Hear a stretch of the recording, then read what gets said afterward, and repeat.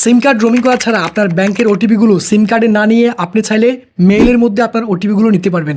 So apps থেকে লেনদেন করতে গেলে সেক্ষেত্রে আপনার কাঙ্ক্ষিত রেজিস্টারকৃত নাম্বারে কিন্তু ওটিপি চলে যায়। সেক্ষেত্রে আপনার সিম কার্ডটা যদি বাংলাদেশে থাকে এক্ষেত্রে আপনাকে অনেক বড় একটা বিপদের সম্মুখীন হতে হয়। কিন্তু আপনি যদি আপনার সিম কার্ডের পরবর্তীতে আপনার মেইলে ওটিপি নেন সেই ক্ষেত্রে কিন্তু আপনি খুব সহজেই মেইলে ওটিপি পাঠানোর মাধ্যমে লেনদেন করতে পারবেন। সো এই ফ্যাসিলিটিটা শুধুমাত্র কয়েকটি ব্যাংকিং অ্যাপসের মধ্যে রয়েছে, বাকি ব্যাংকের অ্যাপসগুলোর মধ্যে এই ফ্যাসিলিটিটা নেই। আপনি যদি আমাকে প্রশ্ন করেন বাংলাদেশের কোন ব্যাংকিং অ্যাপসটি লেনদেন করার জন্য সেরা, তাহলে আমি আপনাকে এক কথায় আনসার দিব, ব্র্যাক ব্যাংকের আস্থা। ব্র্যাক ব্যাংকের আস্থা অ্যাপের মাধ্যমে আপনি প্রত্যেক দিন 10 লক্ষ টাকার বেশি এনপিএসবি করতে পারবেন, যেই ফ্যাসিলিটিটা অন্য কোনো ব্যাংকে নেই।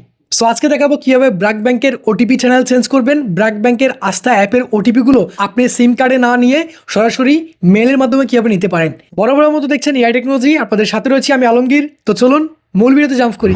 Welcome back. সো প্রথমে পিন নাম্বার দিয়ে ব্র্যাক ব্যাংকের অ্যাপসটিকে লগ ইন করে নিব। এরপর এখানে দেখতে পাচ্ছেন 3 ডট রয়েছে, এখান থেকে 3 ডটে ক্লিক করব। এখানে মেনু থেকে স্ক্রল ডাউন করে নিচে চলে আসবো। এখানে দেখতে পাচ্ছেন ইউজার প্রোফাইল সেটিংস, এখান থেকে ইউজার প্রোফাইল সেটিংসে ক্লিক করব। সো একদম নিচে দেখতে পাচ্ছেন 2FA অথেন্টিকেশন ম্যানেজমেন্ট, এখান থেকে এই অপশনটিতে ক্লিক করতে হবে। সো ডিফল্ট হিসেবে এখানে দেখতে পাচ্ছেন SMS ওটিপি অ্যাক্টিভ রয়েছে, আমাদের ইমেল ওটিপি অ্যাক্টিভেট নেই, ইমেল ওটিপির এখানে ইনঅ্যাক্টিভ দেখাচ্ছে। নিচে দেখতে পাচ্ছেন আমাদের জিমেল অ্যাকাউন্টটি রয়েছে, এই জিমেল অ্যাকাউন্টটি আমরা ব্যবহার করেছিলাম আমাদের ব্যাংক অ্যাকাউন্ট ওপেন করার সময়, আমরা এটাকে অ্যাড করে দিয়েছিলাম। সো আপনার ক্ষেত্রে যদি এখানে আপনার জিমেল আইডি অ্যাড করা না থাকে সেক্ষেত্রে আপনি ব্রাঞ্চে যোগাযোগ করে আপনার জিমেল আইডি অ্যাড করে নিতে পারবেন। ইনঅ্যাক্টিভের পাশে দেখতে পাচ্ছেন অ্যাক্টিভ রয়েছে, এখান থেকে অ্যাক্টিভ অপশনটি সিলেক্ট করে দিব। এরপর এখান থেকে স্ক্রল ডাউন করে নিচে চলে আসবো। এখানে দেখতে পাচ্ছেন I agree to the terms and condition, এটাকে টিক মার্ক দিয়ে দিব। এরপর এখান থেকে কনফার্মে ক্লিক করব।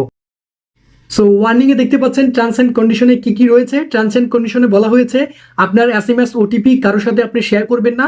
আপনার আমি আপনাদেরকে পার্সোনালি একটা ইনফরমেশন দিব, সেটা হচ্ছে আপনি যে জিমেল আইডিটি আপনার ব্যাংকে ব্যবহার করবেন সেই জিমেল আইডিটি আপনার ডিভাইস ছাড়া, অর্থাৎ আপনার মোবাইল ছাড়া আপনি অন্য কোনো থার্ড পার্টি মোবাইলে সেটাকে লগ ইন করে রাখবেন না, সেটাকে বলেও লগ ইন করে রাখবেন না। যদি আপনি একই জিমেল আইডি আপনার দুইটা মোবাইলে লগ ইন করে রাখেন সেক্ষেত্রে কিন্তু আপনি অনেক বড় বিপদের মধ্যে পড়ে যাবেন।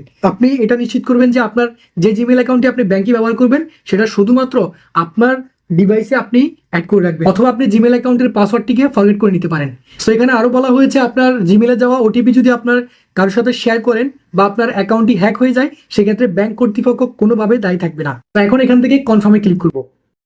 কনফার্মে ক্লিক করার পর রেজিস্টারকৃত নাম্বার একটা ওটিপি চলে যাবে, সেই ওটিপিটি আমরা এখানে দিয়ে দিব।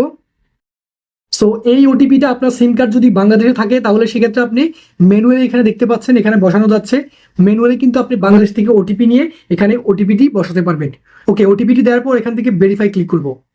কনগ্রাচুলেশন। সো দেখতে পাচ্ছেন your 2FA authentication method is update. So এখন যদি আপনি লেনদেন করতে চান সেক্ষেত্রে আপনার যে কোনো ওটিপি আপনি বিকাশে টাকা ট্রান্সফার করেন কিংবা যে কোনো ব্যাংকে টাকা ট্রান্সফার করেন সেক্ষেত্রে আপনার ওটিপি আপনার জিমেলে পাঠানো হবে। ওকে, এখন আমি আপনাদেরকে যে কোনো একটা ট্রানজাকশন করে দেখাচ্ছি আমাদের জিমেলে কোড যায় কিনা।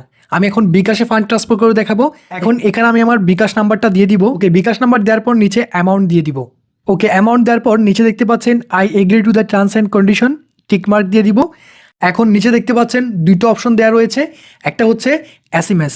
আপনি চাইলে এখানে SMS ও কোডটা নিতে পারবেন, SMS এর পাশে রয়েছে ইমেল। এখন চাইলে এখান থেকে আমরা SMS এর পরবর্তীতে ইমেলটা সিলেক্ট করতে পারি।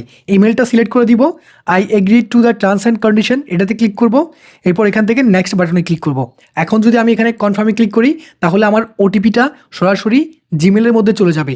এখান থেকে কনফার্মে ক্লিক করব। দেখতে পাচ্ছেন আলমগীর, আমার জিমেলের প্রথম যে অংশটুকু সেটা আপনারা এখানে দেখতে পাচ্ছেন, আমার এই জিমেলে ওটিপিটা চলে গেছে। সো এখান থেকে জিমেল অ্যাপটি ওপেন করব, একটু রিফ্রেশ করে দেখব। সো দেখতে পাচ্ছেন ব্র্যাক ব্যাংক আস্থা থেকে আমাদের ওটিপি চলে আসছে, ওটিপিটা দেখতে পাচ্ছেন।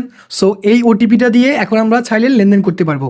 ওকে, দেখতে পাচ্ছেন আমাদের ওটিপিটা খুব সহজে আমাদের জিমেলে আমরা নিয়ে এসেছি। সো ডে বাই ডে প্রত্যেকটা ব্যাংকিং অ্যাপস কিন্তু আপডেট হচ্ছে। অ্যাপসগুলো আপডেট হওয়ার পর আমরা আরও এক্সট্রা অনেক ফ্যাসিলিটি পেয়ে যাব। আশা করছি আজকের এই ভিডিওটি আপনাদের অনেক ভালো লেগেছে। ভিডিওটি ভালো লেগে থাকলে অবশ্যই একটা লাইক করে দিন। দেখা হচ্ছে খুব শীঘ্রই পরবর্তী কোনো ইনফরমেটিভ ভিডিওতে। সে পর্যন্ত সবাই ভালো থাকুন, আমাদের চ্যানেলের অন্যান্য ভিডিওগুলো দেখুন। আল্লাহ হাফেজ।